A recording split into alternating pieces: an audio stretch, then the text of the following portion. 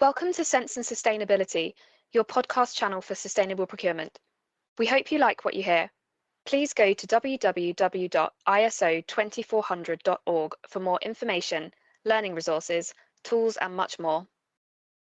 Welcome to Sense and Sustainability, your podcast channel for sustainable procurement. This is episode 1 of 2 with Laura Dombi from DNV, where we talk about the role of audit within sustainable procurement. And I'm delighted to introduce Laura Dombi from DNV. Hi, Laura.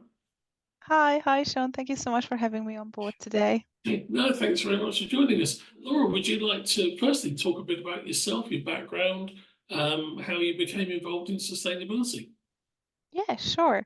So my name is Laura. I'm a principal consultant at DNV.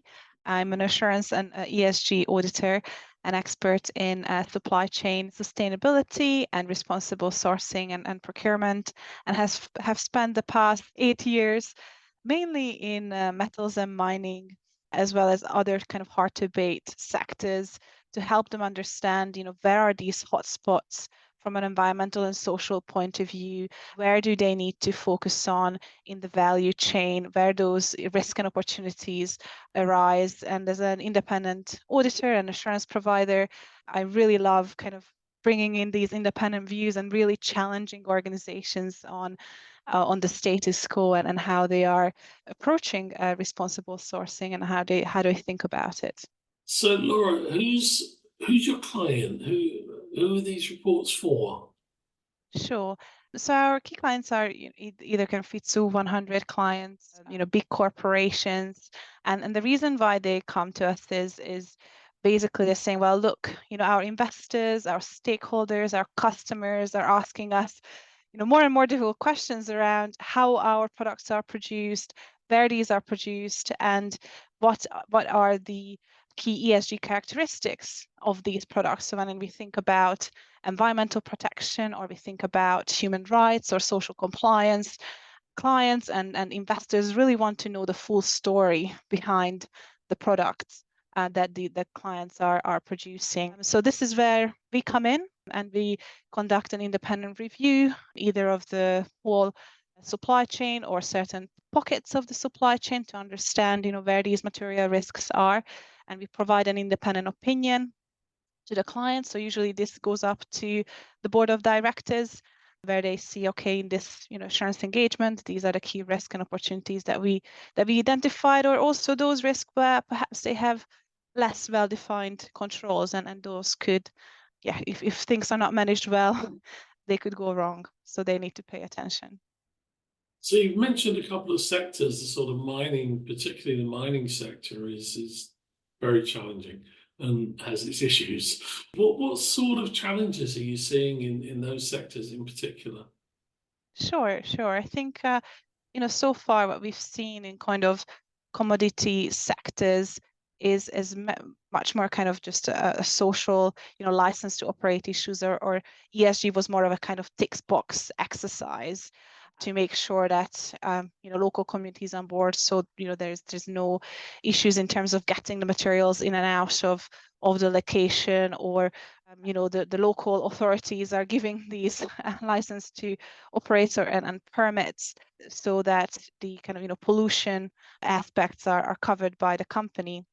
And I think what we see more and more is about actually the way how mining companies operate and how they integrate ESG aspects into their whole operations will really drive value for them. So when you think about kind of the mining of the future, circular economy, for instance, why do we need to still, keep digging things out of the ground when actually, that there could be more circular options to drive that kind of brand value or that bottom line. So I think that's really interesting in terms of how mining industry especially is redefining its role within the industries where they operate.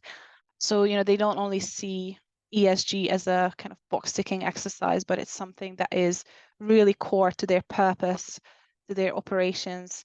And that is something that I think is quite kind of narrative change over the past few years. And do you see different trends in different parts of the world? Oh yeah, absolutely. I think, with regards to ESG, some of your listeners will be well aware of the myriad of EU regulations that are coming our way. So whether it's the Corporate Sustainability Directive, so CSRD, or ESRS, or Corporate Sustainability Due Diligence Directive, if we are very specific in procurement, similar regulations are coming in the US, in Australia as well. However, what we see that obviously in some parts of, especially in least developed countries, there is still this gap between the kind of local standards and local law versus what these international good practices and benchmarks are requiring of mining companies in particular, for instance, in the supply chain. Is there a risk? I mean, you've mentioned lots of different legislation that's going down the tube, and we could spend a lot of time talking about any of those. Is there a trend then potentially for procurers to divert their money, their funds to less regulated parts of the world? Because clearly, as you said, particularly in the EU, it's becoming more and more regulated. Is there a danger that we end up with a race to the bottom and a race to the least regulated parts of the world? Yeah, absolutely. I think that is a risk. However, I think what these legislations are trying to do is exactly avoid that. So it is on the kind of on the manufacturer's responsibility to ensure that they are putting these due diligence practices in motion and that they understand what are those potential forced labor risk or social risk or environmental risk. And really interesting with CSDDD is that we're not only looking at social compliance and human rights assessments, but it's also bringing in the environmental protection, which is, usually was disintegrated in the past few years when companies looked into due diligence.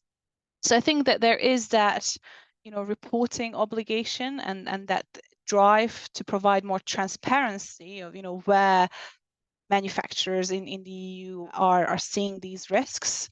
There are those hidden pockets of the supply chain where perhaps they haven't done enough in the past and they have substantial risk. And really interesting if you check the wording of CSDDD, for instance, they're actually saying that responsible disengagement should be used as a last resort. So the whole aim of these new regulations coming in is to encourage that capacity building effort.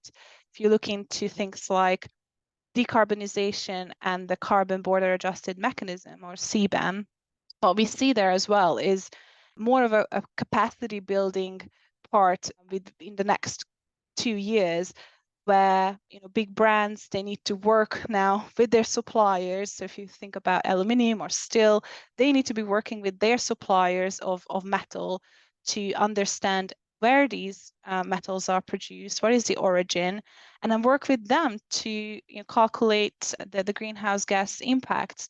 So what I see as well in many of these regulations is that actually supply chain capacity building is coming into the forefront rather than just the companies are pushing these requirements down to the bottom. There is much more responsibility and accountability that these brands need to make and take when they are operating in the EU, for instance. Yeah, thanks. I'm glad you mentioned steel and aluminium because I was going to come to that. There's a lot of talk now, of course, about net zero and decarbonising everything, and obviously the metals industry is very carbon intensive. How are you seeing the efforts to decarbonise products like steel and aluminium? Is it really possible, and is it really happening? Yeah, absolutely. I think there's been a lot of stakeholder engagement in this. So if you see the Aluminium Stewardship Initiative or Responsible Steel, these are all forums, multi-stakeholder forums where, sometimes for the first time, industry leaders, NGOs, customers, investors, banks are all coming together to define the right way for the industry to go about it. And obviously you think about lots of complexities that come with decarbonizing such complex industries. So I think that's really positive that, these talks are happening. I also, believe that some of these are still very Europe or US focused. So that, there should be much more focus on making sure that the stakeholders at the table are as diverse as possible and are representative of the markets that they represent. I think that is an issue that is very much EU and US led. And I think accounting has been, it's a great job for us accountants or insurance providers, because, there is endless discussions we could have on methodologies and what to include, and, how we actually create a level playing field when, primary steel production is so different to a secondary steel production route, and, how you create a level playing field so that, you're working towards the same definitions. What I see here is all of these things need to be very market oriented and market focused from the outset. So it's not just about how the organizations will invest and work with banks to enable the climate transition, but it's, at that moment, we're already talking about how to market these. So, if you are a customer who's buying primary steel or primary aluminium, how can you account for those savings, for those investments in your own scope 3 emissions? And what is that market mechanism that will drive companies to decarbonize? And I think that is the most important question that is currently happening on the markets. And our role as assurance providers is to bring some credibility to that process in terms of accounting as much as we can. So that's kind of going up and down the value chain, isn't it? It's up the value chain to the client, and then obviously, all the way down the value chain through the supply chain. Certainly, one of the challenges that I see working with clients is this whole issue of transparency down to the lower tiers of the supply chain, and that seems to be a bigger challenge for some sectors than others. I do a lot of work in construction, and it's a massive challenge for construction. Whereas I think other industries like automotive have maybe got a pretty good handle on where all their stuff comes from. How do you see those challenges? Because there seems to be a lot of commercial barriers. Immediately you go one step down the supply chain, everybody screams commercial confidentiality at you, and well, I'm not going to tell you who my supplier is because you want to cut me out and you want to go straight to that supplier. All of that kind of noise gets generated. Are you seeing organizations being successful in circumnavigating that challenge? Yeah, thanks for I love this question, because this is what I spent the last, 8 years of my career doing. And maybe I'll tell you a story of actually one of the first projects that I've been involved in. It's an aluminium one, and that was exactly the question. We worked with packaging client who used aluminium foil for their packaging, and they wanted to know, where do these, aluminium coils come from? Where are they produced? And, what is the whole journey of the product from, mining of bauxite, which is the raw material for aluminium, all the way through smelting and refining, etc.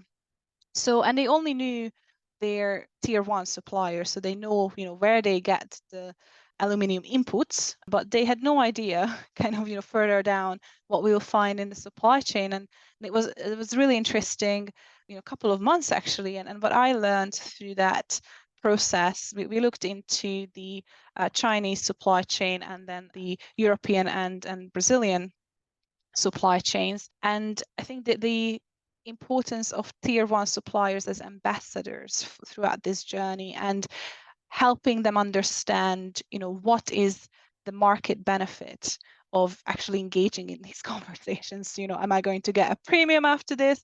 Am I going to get a special license to trade? Am I going to get a positive star on, securing more supply over the long run? And I think it was so important that we worked very closely with the procurement organization here, and we did site visits. I went to China. I went to the Spanish refinery operations as well. I think we really demonstrated through that exercise that, hey, we're not here to kind of do a pass or fail audit. It's not kind of box ticking exercise, but we are really here to help you understand what are these upcoming expectations, customer expectations that you will need to meet over the next few years, and where you already have the existing systems to perform to these expectations, and where your key gaps are.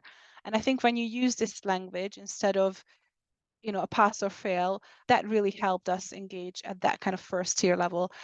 And then once they were on board, the first tier, then going to the second tier and the third tier was much easier, because they acted as the ambassadors, as the local ambassadors for us going into the smelter. And actually I went into, I think, parts of China as well, where we went to the mine, a publicly owned company.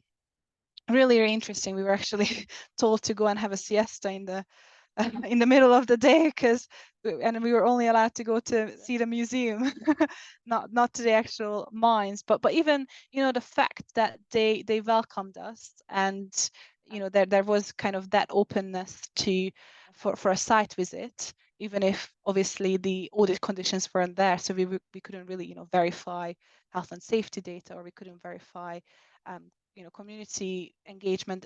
This gave just so much information to our end client in terms of what is really happening in their supply chains, and doing this engagement. It wasn't easy, I would say, but it definitely was a journey that if you think a couple of years down the line now, many of their supply chain actors are in fact ASI certified, and the mines where couldn't quite meet these requirements, the tier 2 are now incentivized to source from other parts of the country, or from other sources that are meeting these ESG expectations. It's interesting you sort of telling the story from China about what you were allowed to see and not allowed to see. Clearly, there's lots of anecdotal stories about auditors or attempts to deceive auditors, shall we say, and in various countries around the world. I won't just pick on China, because obviously that's a kind of obvious thing to do. But I mean, certainly, if I go way back in my career in the oil and gas sector, there were tales of factories that were being set up in certain countries just to send the auditor to. So basically, you could hire a factory by the day. They put your logo up on the factory with the nice, clean conditions and nice, clean, happy workers. And the auditor goes around and looks at that factory and says, yeah, that's a lovely factory. And then the next day it's somebody else's factory, because it's not where your stuff is being made at all. There seems to be some quite sophisticated ways. I think if enough ingenuity was gone into getting around the audits as it was to actually doing the job properly in the first place, the world would be a better place. How do you see that? Do you see those sort of attempts at deception, and how do you deal with them? Yeah, I think that's also a great question, and I think it is a challenge for supply chain due diligence, right? So if you're looking into things like SEDEX, Meta, social audits, there will be many different companies doing these. I mean, quite a commoditized market, and once you get to that global level, obviously maintaining that quality for $300 a day, like it really becomes quite challenging, right? In terms of how do you make sure you have the competent auditors who are able to obviously see through these issues, and where it just becomes a box ticking exercise. And I think that's something that the social auditing space is grappling with at the moment. There is very different levels of quality in the work in certain parts of the world, or certain markets as well.